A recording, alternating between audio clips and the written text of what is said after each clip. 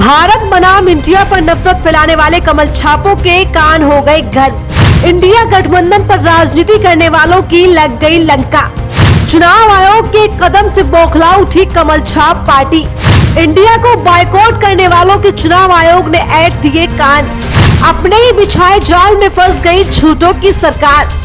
चुनाव से पहले ही अपनी हार को देख मुरझा गए कमल छापों के चेहरे। माथा पकड़कर बैठ गए साहेब और साहेब के दरबारी।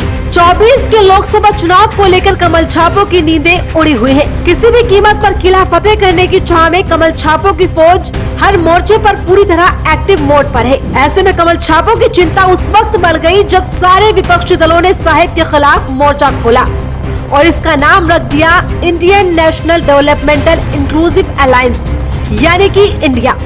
अपने खिलाफ हार को देखते हुए यहीं से कमल छापों ने शुरू किया इंडिया पर हमलों का दौर और यहीं से शुरू हुआ भारत बनाम इंडिया में बैर।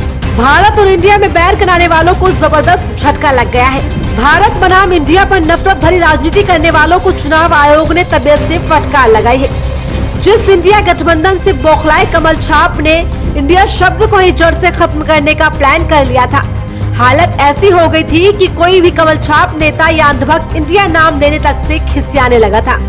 गलती से भी किसी की जुबान पर इंडिया नाम नहीं आ रहा था। साहेब के आदेश पर अंधभक्तों की फौज इंडिया के नामो निशान को ही मिटाने की तरकीब में जुट गई। लेकिन चुनाव आयोग के एक आदेश ने पूरी भक्त बिरादरी और कमल छाप पार्टी के मुंह पर जोरदार तमाचा मार दिया है। दरअसल चुनाव आयोग ने ये साफ कर दिया है कि इंडिया नाम पर वो कुछ नहीं कह सकता, यानी चुनाव आयोग को इंडिया नाम से कोई दिक्कत है ही नहीं। बस चुनाव आयोग का इतना कहना था कि इसके बाद इंडिया गठबंधन की खुशी का ठिकाना नहीं रहा।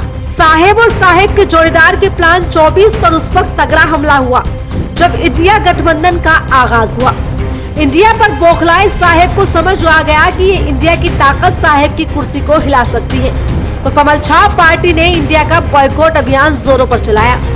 इंडिया शब्द से तिलमिलाए कमल छापों ने इंडिया को गुलामी का प्रतीक तक बता दिया। इतिहास के पन्नों से लेकर एनसीईआरटी की किताबों तक से इंडिया शब्द को हटाए जाने का पैंतरा साहेब ने अपनाया। लेकिन अफसोस कि चुनाव आयोग के एक कदम ने कमल छाप पार्टी के सारे किए कराए पर एक ही झटके में पानी फेर दिया। विपक्षी गठबंधन इंडिया के नाम को लेकर दिल्ली हाई कोर्ट में फैसला हुआ, जिसमें चुनाव आयोग ने कह दिया कि हम लोक प्रतिनिधित्व अधिनियम 1951 के तहत किसी भी गठबंधन को रेगुलेट नहीं कर सकते। यानी चुनाव से पहले अब साहेब और साहेब के जोड़ीदार को हार का एक और संकेत मिल गया है। स्पेशल डेस्क दिक्कत।